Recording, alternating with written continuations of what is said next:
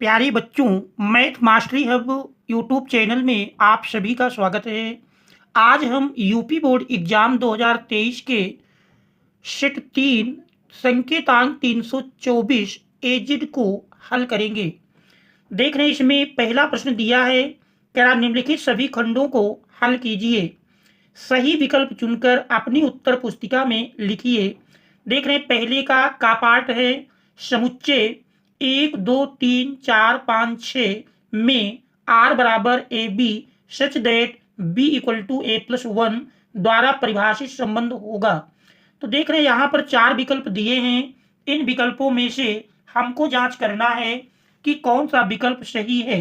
अर्थात दिए हुए प्रश्न में हम जांच करेंगे कि जो संबंध दिया है वह स्वतुल्य है या नहीं, सममित है या नहीं और संक्रमक है या नहीं।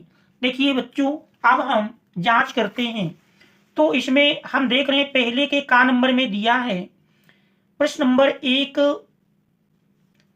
देख रहे हैं प्रश्न नंबर 1 का 1 के का में आप देख रहे हैं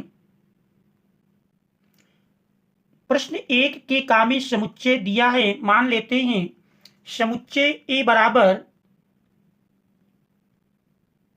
समुच्चय में देख रहे हैं 1 से लेकर 6 तक अवयव हैं।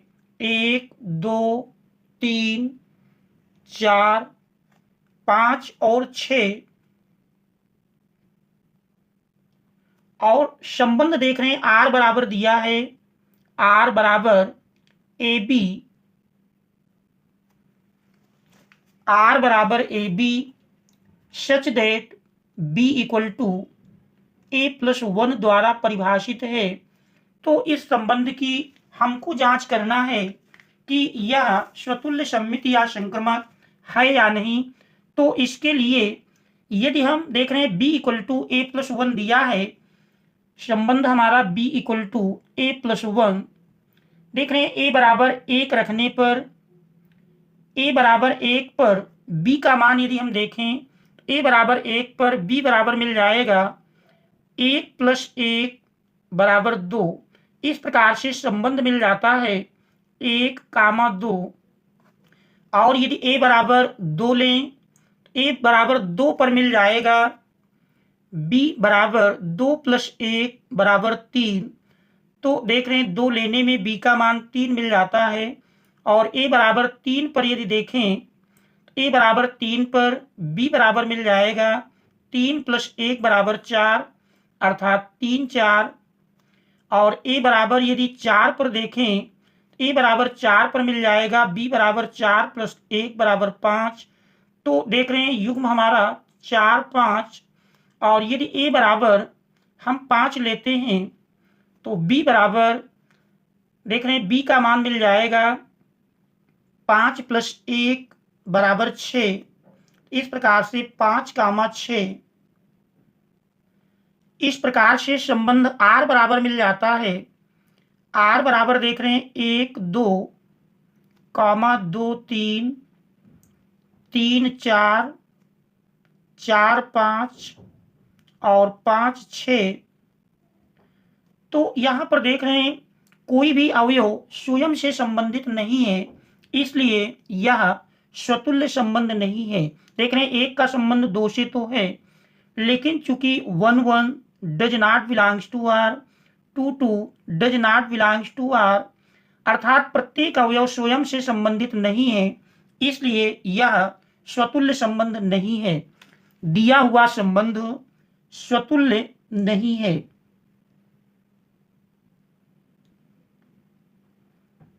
अब यदि हम सममित की जांच करें, सममित के लिए देख रहे हैं 1 2, तो संबंध 1 2 तो दिए हुए रिलेशन अवयव है, लेकिन हम देख रहे हैं 2 1 does not belongs to R, इसलिए यह सममित संबंध नहीं है, सममित नहीं है।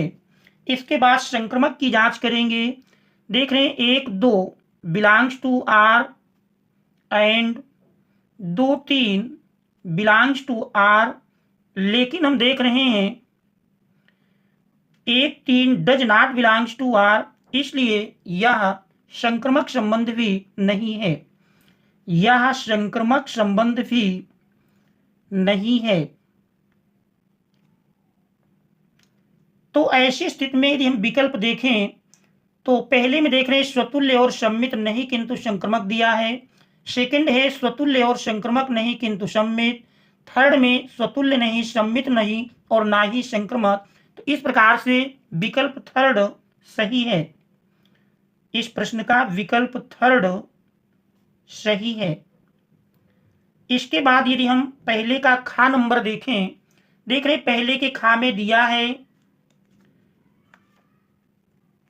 प्रश्न नंबर 1 का खा, क्या f x equal to x square plus 5, देख रहे हैं दिया है f x equal to x square plus 5 द्वारा परिभाषित फलन if such that R to R होगा। तो देख रहे हैं एक एक और आच्छादक, बहु एक और आच्छादक, एक एक किंतु आच्छादक नहीं और ना तो एक एक ना ही आच्छादक। तो इसकी हम जांच करेंगे। देख रहे हैं यहाँ f such that R to R, इसमें यदि देख रहे हैं डोमेन और सह डोमेन दोनों वास्तविक संख्याओं के समुच्चय दिए हैं, तो यदि हम डोमेन और सह डोमेन को बनाएं, देख रहे हैं डोमेन और सह डोमेन, तो इनमें अब वास्तविक संख्याओं को यदि लिखें, मध्य में देख रहे हैं 0 लिख लेते हैं, -1 -2, इसी प्रकार से 1 2, इस प्रकार से ये अवयव होंगे। और सह डोमेन भी देख रहे हैं वास्तविक संख्याओं का समुच्चय है, इसमें भी देख रहे हैं -2 -1 0 1 2 3 4, इस प्रकार से डोमेन भी इसका देख रहे हैं वास्तविक संख्याओं का समुच्चय और सह डोमेन भी वास्तविक संख्याओं का समुच्चय है। अब यहां देख रहे हैं f x equal to x square plus 5 से अगर हम एफ -1 का मान निकालें तो देख रहे हैं एफ -1 इक्वल टू मिलेगा -1 का स्क्वायर प्लस 5, देख रहे हैं -1 का स्क्वायर 1 प्लस 5 इक्वल टू 6 मिल जाता है। इसी प्रकार से f1 का मान निकालेंगे, देख रहे हैं f1 1 का स्क्वायर प्लस 5 इक्वल टू 6, देख रहे हैं 1 प्लस 5 इक्वल टू 6। तो देख रहे हैं -1 और +1 दोनों अवयवों का प्रतिबिंब समान मिलता है, इसलिए यह एकेकी नहीं है, अर्थात कह सकते हैं बहु एक है। तो 1 2 3 और इसी क्रम में 4 5 6 यदि बनाएंगे तो देख रहे हैं 4 5 6 यदि हम बनाते हैं, 4 5 और 6 अवयव लें तो देख रहे हैं -1 का संबंध भी 6 से होगा और 1 का संबंध भी 6 से है, इसलिए यह स्वतुल्य, इसलिए यह संबंध एकेकी नहीं है। दिया हुआ संबंध एकेकी नहीं है क्योंकि एक से अधिक अवयवों का प्रतिबिंब समान है। अब हम आच्छादक की जांच करेंगे। तो देख रहे हैं यक्ष के स्थान पर हम कोई भी निगेटिव नंबर्स रखेंगे, उसका स्क्वायर करेंगे, पॉजिटिव मिल जाएगा, इसलिए सह डोमेन की ऋणात्मक संख्याएं डोमेन के किसी भी अवयव का प्रतिबिंब नहीं होंगी, जबकि आच्छादक होने के लिए आवश्यक है कि सह डोमेन और परिसर दोनों समान होने चाहिए। आच्छादक होने के लिए हम प्रतिबंध जानते हैं, यदि सह डोमेन बराबर परिसर के मिल जाता है तो फलन आच्छादक होगा, यदि सह डोमेन परिसर के बराबर मिलेगा तो आच्छादक होगा। और यहां पर हम देख रहे हैं कि सह डोमेन के निगेटिव नंबर्स डोमेन के किसी भी अवयव के प्रतिबिंब नहीं बनेंगे, इसलिए सह डोमेन परिसर के बराबर नहीं है। चूंकि सह domain does not equal to परिसर, इसलिए यह आच्छादक नहीं है। अतः दिया हुआ फलन ना तो एकेकी है और ना ही आच्छादक है। देख रहे हैं ऑप्शन नंबर 4 पर दिया है, तो इस प्रकार से इस प्रश्न का विकल्प 4 सही है। विकल्प 4 सही है। अब यदि हम देखें पहले का गा नंबर, देख रहे पहले के गा नंबर में दिया है, कह रहा यदि ए वर्ग आव्यूह ए इस प्रकार है कि ए स्क्वायर बराबर ए। देख रहे प्रश्न नंबर 1 का गा, कह रहा यदि ए वर्ग आव्यूह इस प्रकार है कि ए स्क्वायर बराबर ए दिया है, ए स्क्वायर बराबर ए, तो कह रहा आई प्लस ए का होल क्यूब, आई प्लस ए का होल क्यूब माइनस 7a बराबर होगा। तो इसका मान हमको निकालना है। देख रहे हैं आई प्लस ए का होल क्यूब यदि हम तोड़ें तो आई प्लस ए के होल क्यूब का मान मिलेगा i cube plus a cube plus 3ia into i plus a minus 7a। इसको सरल करेंगे, देख रहे हैं i cube equal to i के होगा, प्लस ए क्यूब को लिख सकते हैं a square into a, plus 3ia equal to a के होगा आई प्लस ए माइनस 7a। आप चूंकि दिया है ए स्क्वायर इक्वल टू ए, तो ए स्क्वायर के स्थान पर हम ए लिख सकते हैं, तो i plus A into a plus 3a का देखिए ब्रैकेट के अंदर गुणा कर दें, 3ai plus 3a square minus 7a। आप देख रहे हैं a into a equal to a square बनेगा, तो i plus a square plus 3ai equal to a के होगा 3a प्लस 3, देख रहे हैं a square equal to a दिया है माइनस 7a। फिर देख रहे हैं a square equal to a square के स्थान पर ए रख देंगे, तो आई प्लस ए प्लस देख रहे हैं 3a मिल करके 6a माइनस 7a। तो इस प्रकार से आई प्लस 6a और 1a मिल करके 7a माइनस 7a, देख रहे हैं 7a प्लस माइनस कैंसिल हो जाएगा, तो बराबर ये हमारा आई के मिल जाता है इक्वल टू आई। और आई देख रहे हैं हमारा ऑप्शन नंबर 3 पर दिया है, तो इस प्रकार से इस प्रश्न का विकल्प 3 सही है, विकल्प 3 सही है। अब हम देखते हैं घा नंबर में देख रहे दिया है क्या सदिश आई प्लस जे पर सदिश आई माइनस जे का प्रक्षेप होगा। देख रहे प्रश्न 1 के घा में सदिश आई प्लस जे को मान लेते हैं वेक्टर ए, तो vector a equal to i plus j, और दूसरा सदिश मान लेते हैं वेक्टर बी इक्वल टू, देख रहे दिया है आई माइनस जे, आई कैप माइनस जे कैप। तो पूछ रहा है सदिश पर, पहले सदिश पर दूसरे सदिश का प्रक्षेप, वेक्टर ए पर वेक्टर बी का प्रक्षेप बराबर, इसके लिए फार्मूला है vector a dot vector b upon, हमको ये ध्यान देना है कि जिस सदिश पर प्रक्षेप निकालना है वो हमारा बटे में मॉड बी, क्योंकि हमको ए पर निकालना है तो मॉड ए लिखेंगे, अगर बी पर निकालना होता तो फिर मॉड बी लिखते। तो सदिश ए पर निकालना है तो अपान में सदिश ए लिखा जाएगा। आप देखिए मान रख देते हैं, तो देख रहे हैं वेक्टर ए हमारा है i cap plus j cap dot vector v का मान देख रहे हैं i cap minus j cap upon mod a. तो मॉड ए का मापांक लिखना है, मापांक जानते हैं अंडर रूट, एक बार पहले हम लिख लेते हैं मॉड के रूप में मॉड आई प्लस जे। आप इसको सरल कर लें, तो देख रहे हैं सरल करने पर i dot i equal to 1, फिर देख रहे हैं plus minus minus j dot j equal to 1 upon mod लिखेंगे, तो मॉड पे देख रहे हैं अंडर रूट 1 का स्क्वायर 1 प्लस 1 का स्क्वायर 1, तो देख रहे हैं 0 बटे अंडर रूट 2 बराबर 0 हो जाएगा। इस प्रकार सदिश ए पर सदिश बी का प्रक्षेप बराबर देखें तो 0 मिलेगा, जो कि हमारा विकल्प नंबर 4 पर दिया है। तो इस प्रश्न का विकल्प 4 सही है। विकल्प 4 सही है। इसके बाद फिर देख रहे हैं अंगा नंबर में दिया है, देख रहे हैं अंगा पार्ट में दिया है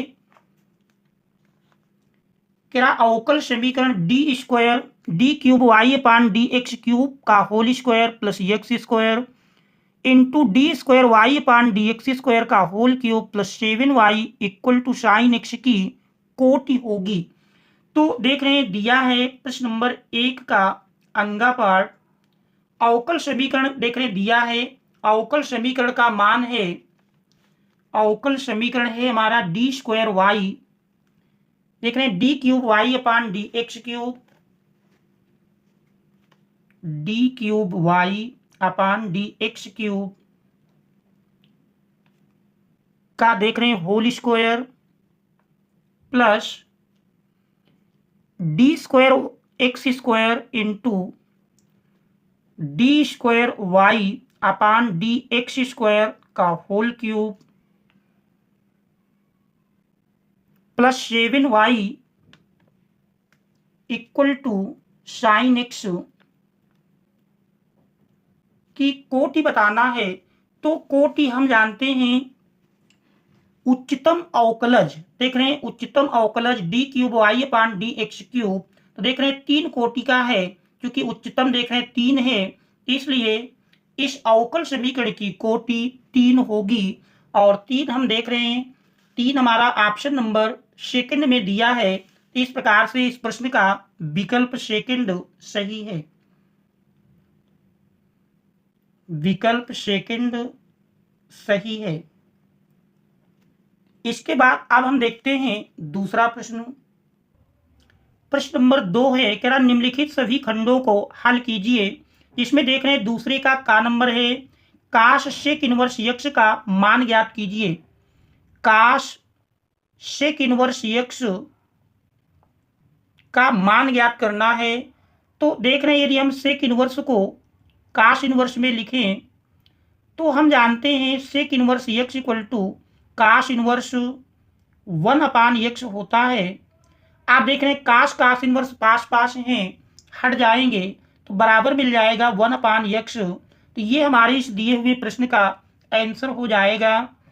इसके बाद दूसरे का खा नंबर देखते हैं, दूसरे के खा में दिया है, देख रहे हैं प्रश्न नंबर 2 का खा, प्रश्न है क्या आप भी ए बी ज्ञात कीजिए यदि ए बराबर, देख रहे हैं ए का मान है 1 - 2 3, 1 - 2 3, और दूसरी पंक्ति में देख रहे हैं -4 2 5। आप भी बी बराबर दिया है, बी में देख रहे हैं 2 3 पहली पंक्ति में, दूसरी पंक्ति में 4 5 और तीसरी पंक्ति में 2 1। हमको आप भी ए बी का गुणनफल ज्ञात करना है। तो देख रहे हैं ए बी इक्वल टू गुणा में देखते हैं पहले से पंक्ति और दूसरे से स्तंभ लेकर चलेंगे तो देख रहे हैं ये हमारा बन जाएगा 1 × 2 1 × 2 -2 × 4 -2 × 4 प्लस 3 × 2 3 × 2। आप इस पहली पंक्ति का दूसरे स्तंभ से कर लेंगे तो 1 × 3 1 × 3 -2 × 5 प्लस 3 × 1। इसी प्रकार दूसरी पंक्ति का यदि हम पहले स्तंभ से करें तो -4 और 2 का गुणनफल -4 × 2 प्लस 2 × 4 2 × 4 प्लस 5 × 2। इसके बाद दूसरे स्तंभ से कर देंगे -4 × 3 प्लस 2 × 5 प्लस 5 × 1। सरल कर लेंगे, देख रहे हैं सरल करने पर 1 और 2 का गुणनफल 2 -4 दूनाई 8 प्लस 3 दूनाई 6। फिर देख रहे हैं -8 प्लस 8 प्लस 5 दूनाई 10। 1 और 3 का गुणनफल 3 -5 दूनाई 10 प्लस 3 एकम 3 -4 × 12 प्लस 2 पंचे 10 प्लस 5 एकम 5 तो देख रहे हैं इस प्रकार से सरल करने पर ये मान हमारा मिल जाता है बराबर, देख रहे हैं 6 2 8, 8 माइनस 8 0 मिल जाएगा। फिर 3 + 3 6, 6 माइनस 10 -4, और देख रहे हैं 8 प्लस माइनस कैंसिल हो जाएंगे, 10 मिल जाता है। इसके बाद 10 5 15, 15 से 12 घटाएंगे 3 मिल जाएगा। तो गुणनफल ए बी बराबर 0 -4 10 3। तो ये हमारा इस दिए हुए प्रश्न का आंसर हो जाएगा। इसके बाद हम देखते हैं अगला प्रश्न। अगले प्रश्न में दिया है प्रश्न नंबर 2 का गा, क्या जांच कीजिए कि क्या f(x) = x³ + 3 यदि x does not equal to 0 और 1 यदि x = 0 द्वारा परिभाषित फलन f such that R2R x = 0 पर सतत है। तो हमको इस दिए हुए प्रश्न में जांच करना है कि यह दिया हुआ फलन x = 0 पर सतत है अथवा नहीं। तो प्रश्न नंबर 2 का गा, देख रहे हैं f(x) फलन दिया है f(x) = x³ + 3 यदि कह रहा है x does not equal to 0, x does not equal to 0 और 1 है यदि x equal to 0, if such that R2R x = 0 पर जांच करना है कि दिया हुआ फलन सतत है अथवा असतत है। सबसे पहले हम फलन की वैल्यू निकाल लेते हैं। x = 0 पर यदि मान देखें तो f(0) = देख रहे हैं x = 0 पर मान 1 दिया है। इसके बाद हम राइट हैंड लिमिट RHL ये मिल जाएगा limit x tends to 0 f(x) = limit h tends to 0 f(0 + h), 0 + h से तात्पर्य है 0 से अधिक, अर्थात कह सकते हैं 0 के बराबर नहीं है। तो 0 के बराबर ना होने की स्थिति में देख रहे हैं पहला फलन है। तो इस पहले फलन में हम x के स्थान पर 0 + h रख लेंगे तो लिमिट h टेंड्स टू 0 देख रहे हैं मिल जाएगा 0 + h का होल क्यूब + 3। अब लिमिट अप्लाई करेंगे तो लिमिट अप्लाई करने पर देख रहे हैं h के स्थान पर 0 रख देंगे तो 0 का क्यूब + 3 = 3 मिल जाएगा। देख रहे हैं फलन की वैल्यू 1 है जबकि राइट हैंड लिमिट 3 मिलती है। क्योंकि right hand limit does not equal to फलन की वैल्यू, इसलिए x = 0 पर फलन सतत नहीं है। इसलिए x = 0 पर फलन f(x) सतत नहीं है। यही हमारे इस दिए हुए प्रश्न का आंसर हो जाएगा। इसके बाद देखते हैं अगला पार्ट। देख रहे हैं घ नंबर में दिया है, कह रहा integration sec(x) sec(x + tan x dx का मान ज्ञात कीजिए। तो देख रहे हैं प्रश्न नंबर 2 का घ, देख रहे हैं 2 का घ दिया है। मान लेते हैं integration I = sec(x) sec(x) + tan x dx। अब यदि इसमें sec(x) का हम ब्रैकेट के अंदर गुणा कर दें तो देख रहे हैं यही मान मिल जाएगा sec(x) sec(x) sec² x + sec(x) tan x। अब हम जानते हैं दोनों पदों का समाकलन। अब दोनों का हम समाकलन कर लेंगे। sec² x का समाकलन जानते हैं tan x होता है plus sec(x) tan x, sec(x) tan x का समाकलन sec(x) प्लस कांस्टेंट c जोड़ देंगे तो यही हमारे इस दिए हुए प्रश्न का आंसर हो जाएगा। इसके बाद हम देखते हैं अगला प्रश्न। प्रश्न नंबर 2 के अंगा में दिया है। प्रश्न 2 का अंगा में देख रहे हैं, कह रहा है यदि a और b ऐसी दो घटनाएं हैं कि pa = 0.6 P B equal to 0.3 और P A intersection B equal to 0.15, तो पी ए अपान बी का मान निकालना है।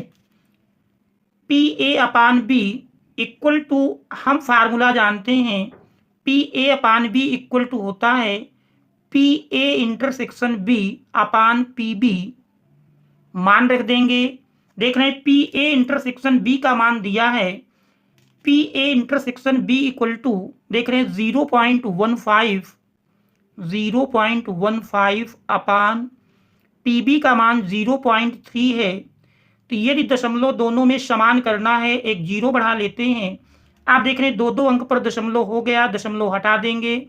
तो इस प्रकार से 15 एकम 15, 15 दुनाई 30 बराबर मिल जाएगा 1/2।